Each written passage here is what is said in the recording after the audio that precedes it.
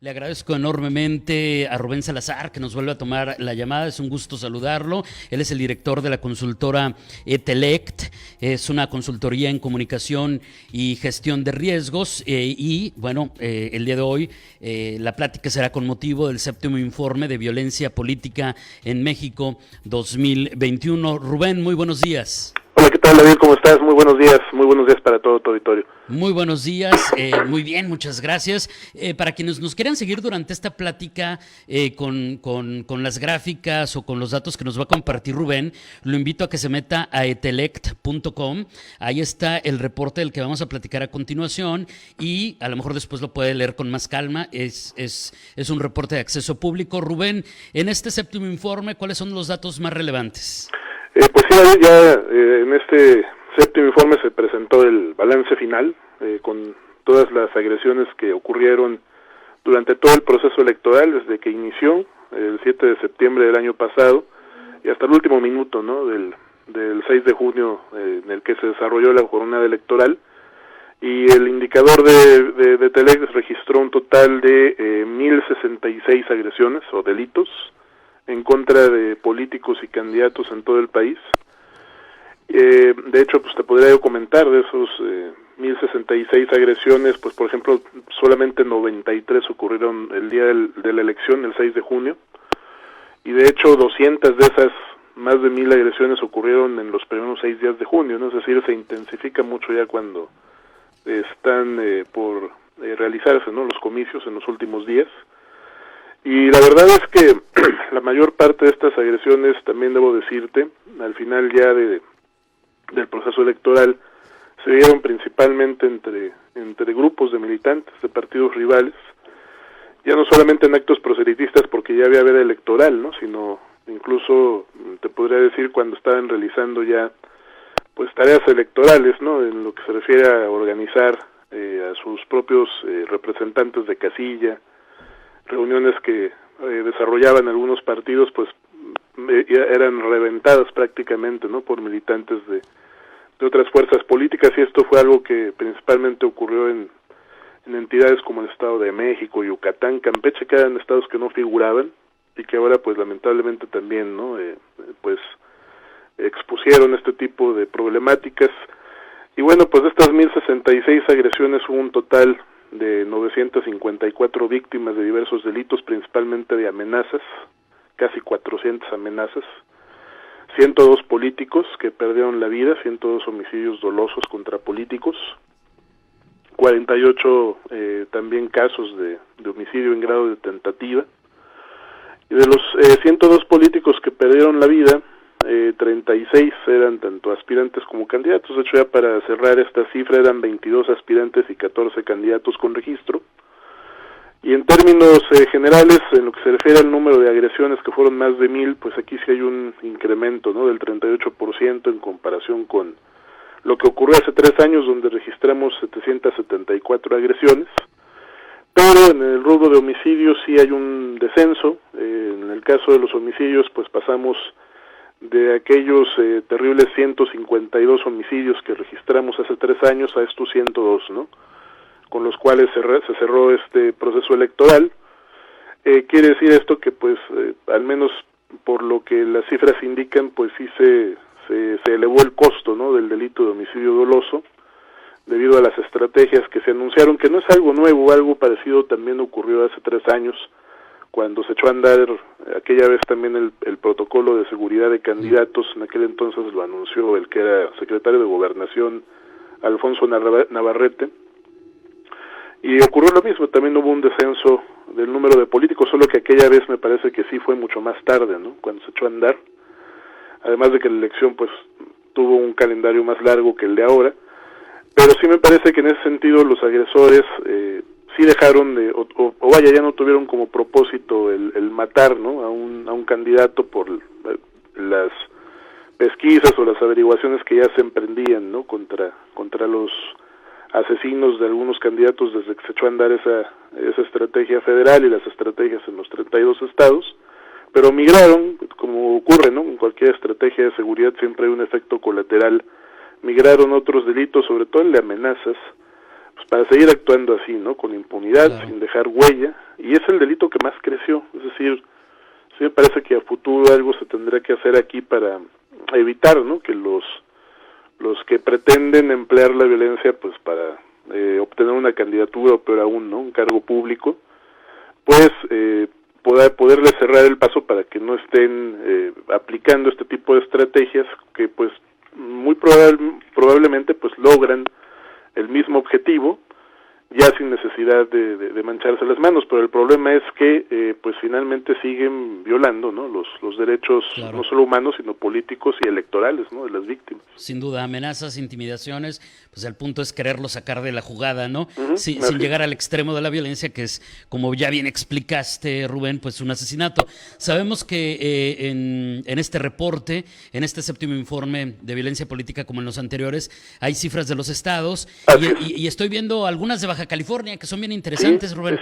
Sí, aumentaron las agresiones, los homicidios. Hay entidades que la verdad nos sorprendieron muchísimo, ¿no? Porque los pronósticos que había, no solo nuestros, sino de otros colegas, era que pues esta elección sería hiperviolenta en entidades como Guerrero, Michoacán principalmente, ¿no? En Colima, en varias entidades del Pacífico mexicano y Jalisco entre ellos, y la verdad es que no fue así. De hecho, en Colima no asesinaron a ningún político, en el caso de Zacatecas a ningún candidato ni aspirante, en Michoacán y Guerrero no asesinaron a ningún candidato con registro, ¿no? Entonces sí son datos que incluso hasta el propio presidente empezó por ahí a destacar, ¿no? En algunas reuniones, yo recuerdo una que tuvo en Guerrero con el gobernador de ese estado, días después, una semana después de la elección, y destacaba precisamente el hecho de que no hubieran asesinado a ningún candidato, aunque sí asesinaron a 8 políticos, de los cuales 4 eran aspirantes ahí en Guerrero. Me parece que también en esa parte, en el diagnóstico federal y en la estadística federal, pues sí se ha dejado a un lado a los aspirantes, ¿no? No los cuentan, no los contabilizaron. Ya no se diga el resto de políticos, ¿no? Militantes, dirigentes de partidos que también realizan operación electoral y sobre los cuales pues también la violencia letal me parece tuvo el principal objetivo de pues vaya, quitarle la vida a varios de ellos. Casi de estos 102 políticos, pues una tercera parte eran aspirantes y candidatos, pero el resto pues eran operadores políticos, ¿no? Principalmente militantes, brigadistas, que también cuando son objeto de esta violencia, pues los partidos o los candidatos resultan pues severamente perjudicados porque son los que realizan el trabajo de operación política, ¿no? Principalmente durante el periodo de campañas. Sin duda, y además lamentablemente cuando no le pega directamente al candidato también buscan minimizarlo, ¿no? Lo cual también es vergonzoso porque es su equipo de trabajo, tendrían que brincar a favor de defenderlos. Estoy viendo estas cifras de Chiapas y Baja California, así es. Rubén, y donde el incremento fue, como bien decías, inusitado. Fue inusitado, de hecho Chiapas es el que también me rompe pues varios... yo te podría decir incluso modelos que nosotros teníamos para explicar, ¿no? El fenómeno de violencia política, por ejemplo, un estado que siempre pues derribaba las hipótesis que teníamos en el sentido de que los estados con mayores niveles de pobreza eran los más afectados o los que tenían mayor número de agresiones contra políticos en procesos anteriores. Chiapas, al no figurar en los primeros planos, nos desbarataba ese modelo, era la anomalía, ¿no? Pues ahora ya no, o sea, ahora Chiapas es uno de los 5 estados, ¿no? Más afectados. De hecho, fíjate, en Chiapas es la primera vez que asesinan a un candidato con registro y a un aspirante desde el año 2000. Fíjate. Nunca habían sido asesinados ni aspirantes ni candidatos en aquella entidad, y en el caso de Baja California, de los políticos que fueron asesinados, pues lamentablemente un aspirante y un candidato, por cierto, ambos en el municipio de Tecate, ¿no? Así es.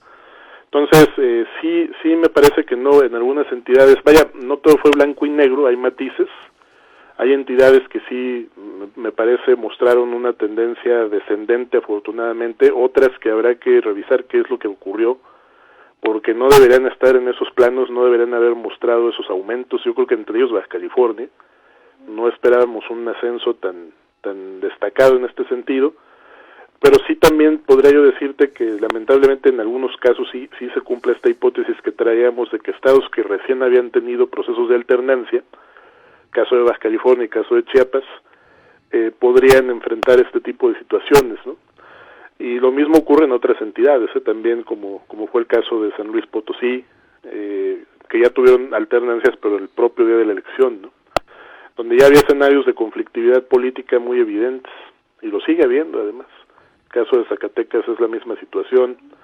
Entonces, me parece que sí hay por lo menos un dato que no quisiera yo, sin faltarle el respeto, ¿no?, a los familiares de las víctimas, o incluso a muchos candidatos y candidatas que se vieron, lamentablemente afectados por estos actos de violencia, pero sí hay que destacar el hecho de que al menos la violencia letal, terminó siendo menor, cuando la verdad la mayoría, incluyendo gentes muy destacadas, advertían que iba a ser una elección, hasta incluso hablaban con decenas, ¿no?, de candidatos asesinados, y la verdad es que no fue así. Entonces me parece que algo hicieron bien algunos gobernadores, algunos gobiernos estatales, que al final de cuentas pues arroja un saldo de víctimas mortales mucho menor que el que observamos hace 3 años, ¿no? Sí, muy buen punto. Casi se nos acaba el tiempo, Rubén, pero estoy viendo un dato interesante, y es respecto a quiénes fueron los principales agresores identificados. Así es, sí, en la mayor parte de los casos son grupos de civiles armados, no solo en homicidios, también en lo que es el delito de homicidio en grado de tentativa y en otro tipo de delitos como es la privación ilegal de la libertad, incluso en actos de intimidación y maltrato físico y o verbal en contra de la dignidad de las personas, que es ni siquiera es un delito, es una falta cívica, ¿no?, en donde si no cometen heridas a las víctimas que tarden en sanar más de 15 días, pues no amerita prisión preventiva para los agresores, y generalmente fue llevada a cabo por grupos de choque, ¿no?, que en algunos casos emplearon armas de fuego que disparaban al aire pues para ahuyentar a los votantes, a los candidatos o a sus brigadistas, sobre todo en mítines, ¿no?, y en eventos proselitistas. Pues también hubo la participación de estos grupos de civiles armados, en donde hubo realmente grupos que pues por ejemplo pueden dedicarse a estas labores de comúnmente llamadas, ¿no?, de sicariato, pero otro tipo de grupos también que tenían otro origen, otra composición, sobre todo me refiero a grupos de choque, incluso grupos de militantes de partidos que llegaban con armas de fuego. Es decir, sí es en verdad una situación que debe revisarse, porque esta situación que parecía ya como parte del pasado del país, del pasado político, de estos grupos de choque que llegaban, ¿no?, precisamente a impedir a partidos, sobre todo opositores, hacer sus eventos proselitistas, pues ha retornado, ¿no? En esta elección se expresó de una manera muy clara en algunas entidades, y sí fue sin duda, en lo que se refiere a los presuntos agresores, pues el que se lleva la nota, ¿no? En la mayor parte de los casos no se conoció quiénes fueron los agresores, pero sobre todo esto fue en el delito de amenazas, es decir, el delito de amenazas, la mayoría pues se cometen de forma anónima. Las víctimas no logran identificar ni siquiera quién pudo haber sido, ¿no?, el autor material, aunque te daré yo un dato: en el caso de las amenazas, prácticamente un 20% de las víctimas denunciaban directamente a sus adversarios políticos, ¿no?, como presuntos autores no solo materiales sino intelectuales de estos mensajes intimidatorios en contra de su integridad.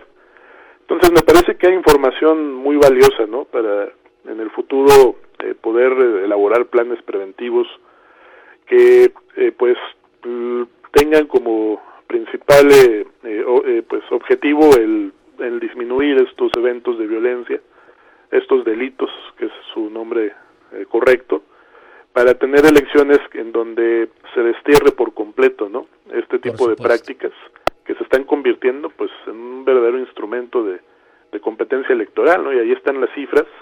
Prácticamente el 75% de las víctimas de todos los delitos, no solo de homicidios, pues eran opositores a los gobiernos estatales, a los gobernadores. Y cuando revisamos, por ejemplo, el dato en relación a los candidatos y candidatas que aspiraban a puestos del ámbito municipal, de la misma manera, el 75% de ellos, de estas víctimas, eran opositoras a su vez a los alcaldes de los municipios en donde competían. Es decir, ser opositor, ya sea un gobernador o un alcalde, pues representa no solamente un riesgo mucho más elevado, ¿no?, de ser objeto de estas agresiones, sino que también expresa finalmente pues la naturaleza política finalmente de esta violencia, ¿no?, que pues de manera muy específica se dirigió en contra de este tipo de políticos que eran opositores, ¿no?, a estos dos niveles de gobierno. Así es. Rubén, te agradezco enormemente toda esta información. Si usted quiere acceder al reporte completo a este séptimo informe de violencia política en México 2021, la vía es etelect.com, y si quiere conocer más acerca de estos temas de consultoría en comunicación y gestión de riesgos, en esa misma vía y con el mismo nombre los encuentra en redes sociales. Rubén, muchísimas gracias. Fue un placer. Muy buenos días. Muchas gracias, David. Un fuerte abrazo. Muy buenos días. Igualmente un abrazo. Es Rubén Salazar, director de la consultora Etelect, con este séptimo informe de violencia política en México 2021 y esas cifras de Baja California y de Chiapas, ojo, se quedan como pues asignatura pendiente en materia de violencia, 500%.